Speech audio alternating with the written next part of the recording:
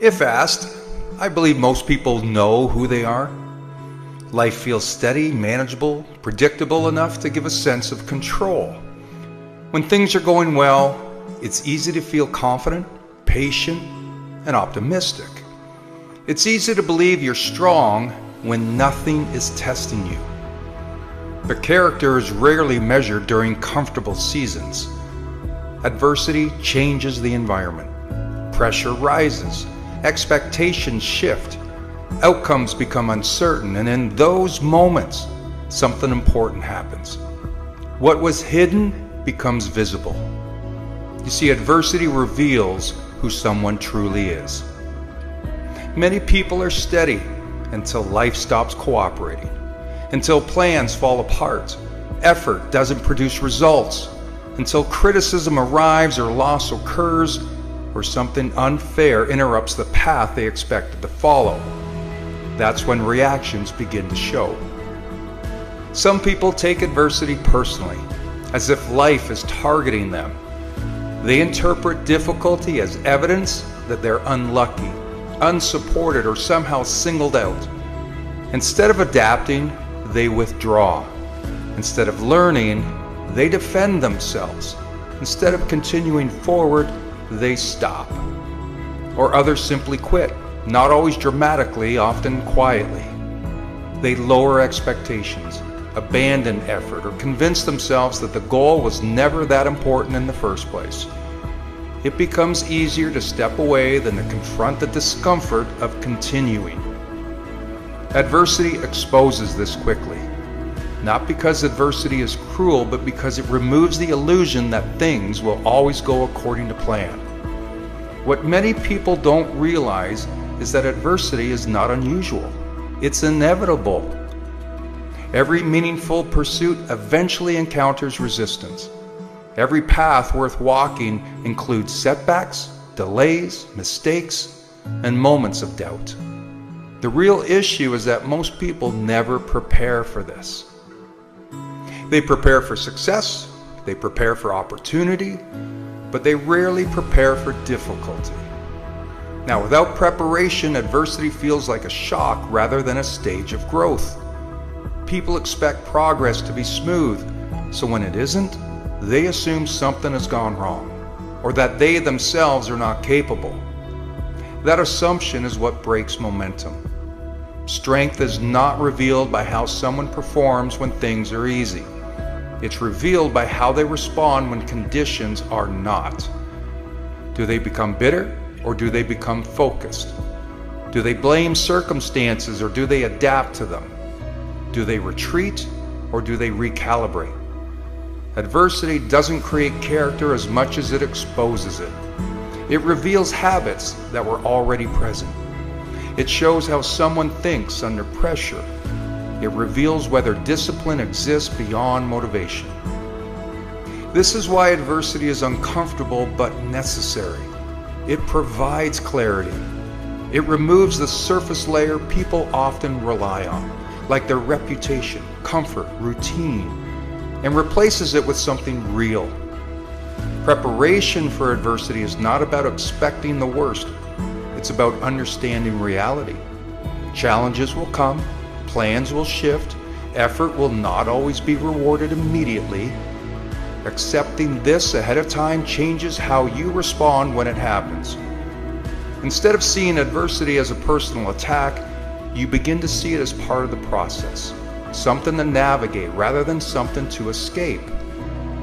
Mental preparation matters here. Developing patience before difficulty arrives, practicing resilience in small challenges, building habits that hold steady even when motivation fades. These are quiet forms of preparation that pay off when life becomes uncertain. Most people wait until adversity arrives before they start thinking about strength. By then, emotions are already high, reactions already formed. A better approach is to prepare now, while things are relatively stable, because eventually something will test you. That is not pessimism, it's simply how life works. And when that moment comes, what will matter most is not whether adversity appears, but how you meet it. Adversity will always reveal something. The real question is, will it reveal someone who stops or someone who stands ready?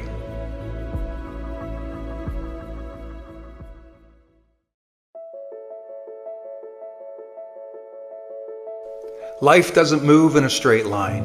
It moves in seasons. Just like the year turns from winter to spring, from summer to fall, we move through periods of growth, abundance, loss, and rest. None of these seasons are mistakes. Each one has a purpose, even when it doesn't feel that way at the time. Spring is the season of beginnings. It's when hope returns after a long stretch of waiting. In life, spring shows up as new ideas, fresh energy, and the quiet excitement of possibility. You feel something stirring again, not fully formed, but alive. Spring asks for patience and courage because growth in this season is fragile. It requires nurturing, not pressure. What's starting now doesn't need to be rushed. It needs time to take root. Summer is the season of momentum.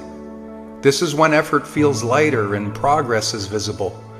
Confidence grows because work is being rewarded. Life feels fuller. Summer invites you to stay present, to appreciate what's working, and to recognize the results of consistency.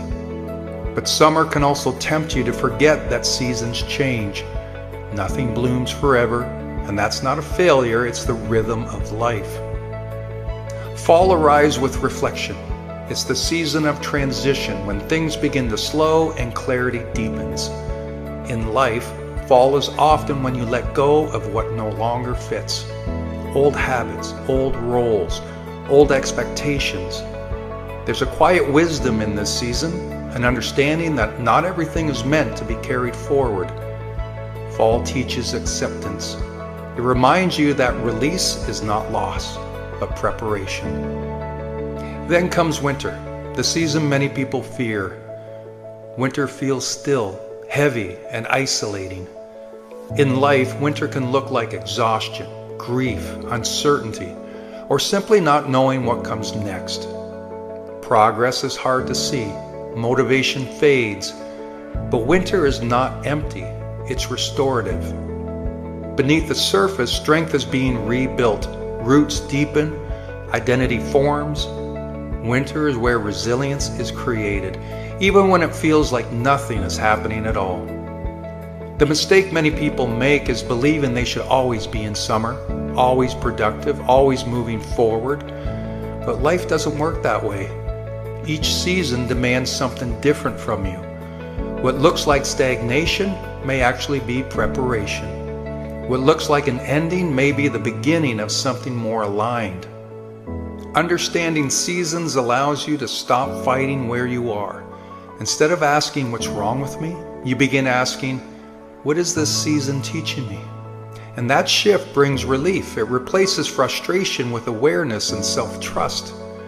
You're not behind if you're in winter. You're not reckless if you're in spring. You're not complacent if you're in summer. You're not failing if you're in the fall. You are simply human, moving through cycles that shape you.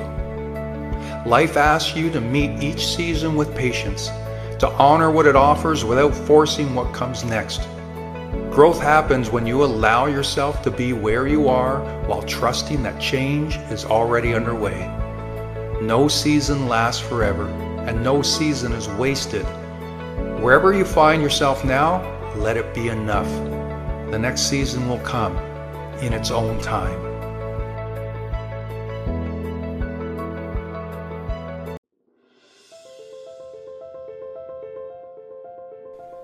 Persistence is not about pushing harder every day. It's about staying engaged when the excitement wears off and the path becomes ordinary. Long after motivation fades, persistence is what keeps you moving. Not because it's easy, but because you've decided the outcome is worth the effort. Most people quit quietly, not in a dramatic moment, but gradually. They stop trying with the same care. They miss one day, then another. They tell themselves they'll come back later. Persistence fails not from one big decision, but from many small ones made without awareness. What makes persistence difficult is not the work itself, but the waiting. Waiting for results, for confirmation, waiting for proof that the effort matters. Growth rarely offers immediate feedback, and without persistence, uncertainty becomes unbearable. People don't stop because they can't continue, they stop because they don't see enough reason to. Persistence requires patience with the unseen. It asks you to trust that progress is happening even when evidence is thin. Most meaningful changes happen beneath the surface first. Skills develop quietly. Strength builds invisibly. Confidence forms slowly, reinforced by repetition rather than reward.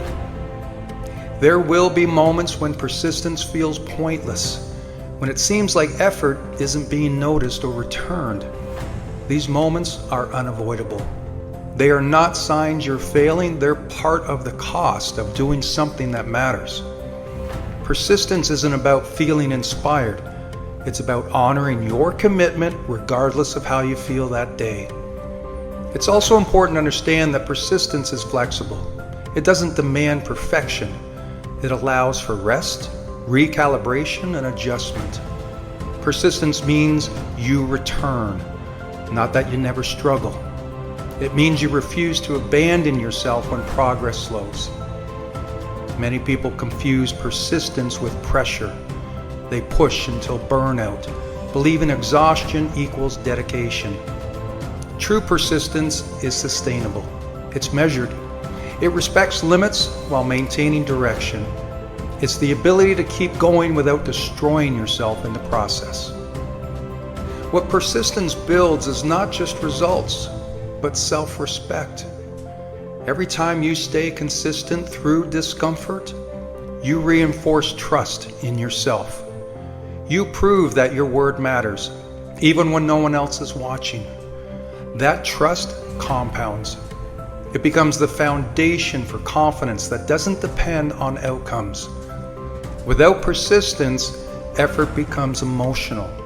You act when things feel good and withdraw when they don't. But growth doesn't operate on emotion. It responds to consistency. Persistence creates momentum, not through intensity, but through reliability. The difference between those who progress and those who don't is rarely talent. It's who stays when things become slow, repetitive, or uncertain. Persistence closes that gap. It keeps you in the game long enough for growth to take hold. Progress doesn't require perfection, it requires presence. It requires the willingness to continue showing up, even imperfectly, rather than disappearing when the road feels long. Persistence is not glamorous. It doesn't offer quick validation, but it works quietly, relentlessly, over time. And eventually, what once required effort becomes part of who you are. That's the real power of persistence. Not just what helps you achieve, but who it turns you into.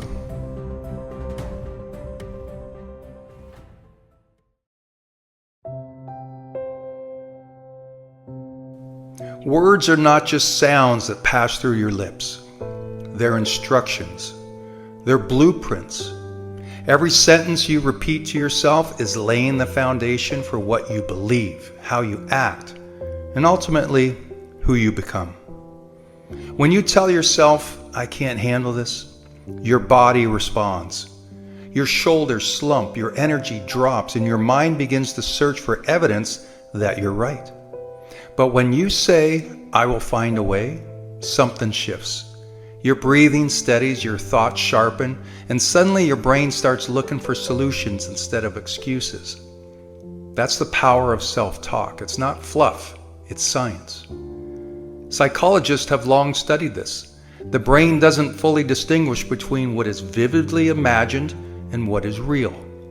So when you speak life into your challenges, when you declare, "I'm stronger than this moment, I'm capable of figuring it out," your mind begins to operate as if it's already true. You prime yourself for resilience, creativity, and confidence. Now, we know that the inner voice is not always kind. Most people live with a critic in their head that whispers doubt and magnifies fear. It tells you that you're not good enough, that you'll fail, that you don't deserve more. And left unchecked, that voice becomes the author of your story, and it will write you into a corner. But who's really holding the pen? Every time you choose words of power instead of words of defeat, you take control of the story. You stop being a prisoner of your thoughts and start becoming the architect of your future. This isn't ignoring reality. It's choosing language that fuels action, saying I'm learning instead of I'm failing, saying I'm in progress instead of I'm stuck. These are all small adjustments, but they can change the trajectory of how you see yourself. Think of self-talk like training in the gym. Just as muscles grow with repetition, so does belief. If you only lift the weight once, nothing changes. But if you repeat the movement day after day, the body adapts. Self-talk works the same way. The words you choose and repeat condition your identity. Maybe you've been speaking defeat for years. Maybe you've let words like I'm too old or I'm not capable take root. That doesn't mean you're stuck. It means you've been rehearsing the wrong script.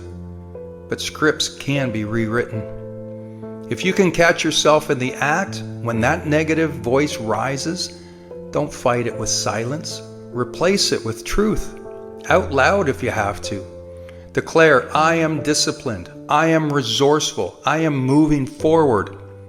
Not because you feel it in the moment, but because you are planting the seed for who you are becoming. Imagine what would shift if instead of fueling fear, you fed your courage daily. Imagine if every morning started with words of intention and every setback was met with words of strength.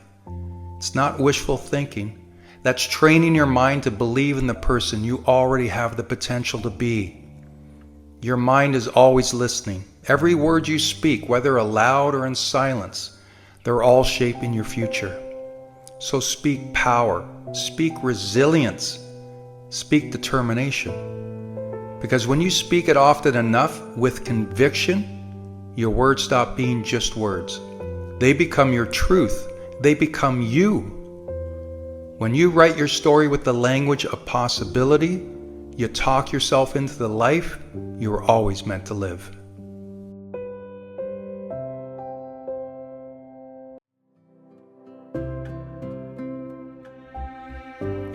When we hear the words mental toughness, many people picture athletes pushing through the last mile of a marathon, or weightlifters grinding out one more rep. And while those moments are powerful examples, mental toughness isn't just about what happens on the track or in the gym. It's about how you show up every single day when life gets messy, unpredictable, and hard. Think about the last time you faced something that pushed you to your limits. Maybe it was a financial setback, a relationship that broke down, or a health challenge you didn't see coming. In those moments, mental toughness isn't about having superhuman strength. It's about finding the courage to keep moving forward, even when you feel like quitting. Mental toughness in everyday life starts small. It shows up when you choose to stay calm instead of snapping back during an argument. It shows up when you commit to saving a little money each month, even if it feels like progress is slow. It shows up when you wake up on a tough morning and you don't want to face the day, but you decide to get out of bed anyway. You see, grit isn't just for athletes. It's for parents who keep showing up for their kids, even when they're exhausted. It's for students who study late into the night because they believe in their future. It's for anyone who refuses to let a setback define the rest of their story. See, one of the biggest misconceptions about mental toughness is that it's about never struggling. But that's not true. See, mentally tough people struggle just like everyone else. They feel the fear, doubt, and discouragement. But the difference is they've learned to keep moving forward despite those feelings. Let me give you an example. Imagine you're walking through a storm. The wind is pushing against you. The rain is pouring down, and every step feels heavy. Now you could turn back and go home, but if your destination matters enough, you'll keep walking. That's what mental toughness looks like in life. It's the decision to keep putting one foot in front of the other, no matter how strong the storm feels. Mental toughness isn't something that you're necessarily born with, but it is something that you can build. Every time you face discomfort and choose not to give up, you're strengthening that muscle. Every time you hold yourself to a promise you made, you're training your grit. Just like a physical muscle grows in the gym, your inner strength grows in the struggles of everyday life. If you want to build mental toughness, then when you say you'll do something, follow through. When life knocks you down, get up. When you fail, learn, adjust, and try again. It's about persistence. You get to define your life by how you respond when life gets hard. And those moments, the ones that challenge you, are where your strength is forged. So next time you face a setback, remind yourself, it's not a wall, it's a test. And every test is an opportunity to grow stronger. You've survived every single bad day you faced so far, and that means you have what it takes to face the next one too. Grit isn't just about winning big battles, it's about showing up in the small ones day after day. And if you can do that, there's nothing in life you can't overcome.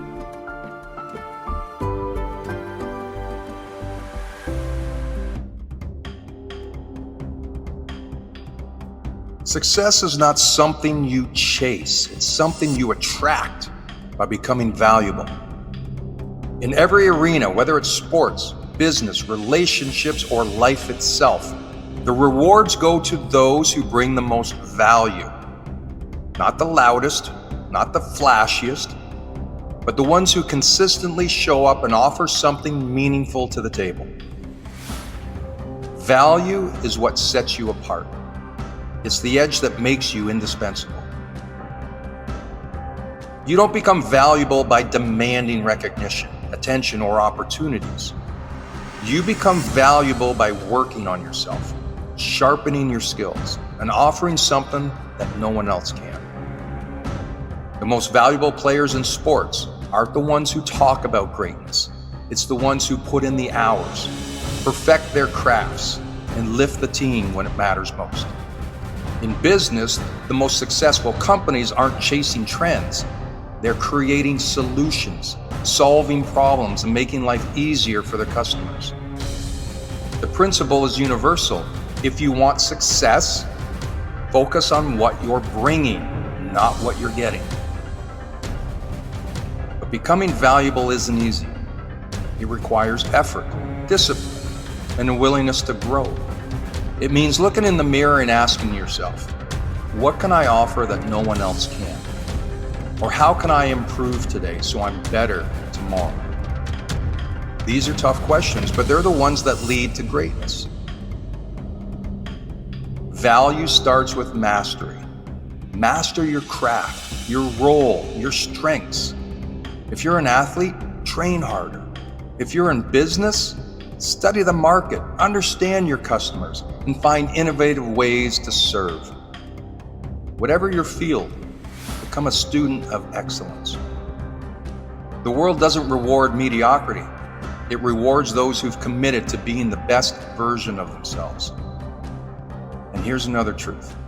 Value is also about character. It's not just what can you do, it's about how you show up. Are you dependable? Are you a problem solver? Are you the kind of person people want to work with, follow, or be around? Value is as much about who you are as it is about what you can produce. Now let's address the temptation to chase success. Many people spend their lives running after opportunities, trying to grab what they think they deserve. But chasing is exhausting and it often leads nowhere. Instead, focus on becoming so good, so skilled, so valuable but success can't ignore you. When you're valuable, the opportunities will find you. Understand that the world rewards value. It rewards unique skills, ideas, and energy. Don't wait for someone to give you a chance. Create your own. Don't sit back and hope for success to knock on your door. Become the kind of person success seeks out. So how do you start? Commit to constant improvement. Look for ways to serve others. Focus on contribution rather than competition. And remember, value isn't built in a day. It's built daily through small, consistent actions that lead to extraordinary results. Success doesn't come to those who want it. It comes to those who earn it by becoming valuable. So stop chasing, start becoming. Build yourself into the kind of person who adds so much to the world that the rewards naturally flow to you. Your time, your energy, your focus, they're your investments. And the more you invest in becoming valuable, the more the world will invest in you.